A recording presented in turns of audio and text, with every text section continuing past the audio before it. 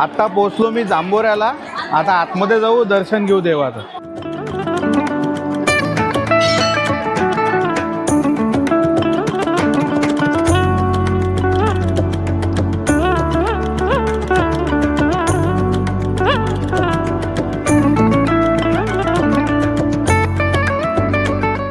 आता झालं आमचं दर्शन दत्तात्रय महाराजाचं.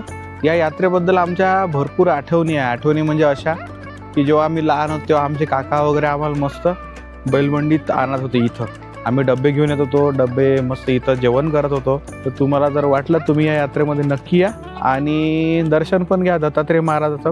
आणि विशेष म्हणजे जे आपले लोकल जे व्यावसायिक आहे, लोकल जे धंदेवाले लोक आहे, त्यांना मदत करा. इथं आल्यानंतर काही वस्तू विकत घ्या त्यांच्याजवळून.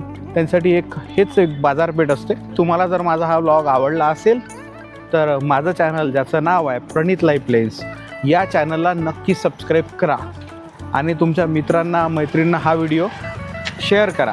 तर चला, बाय बाय.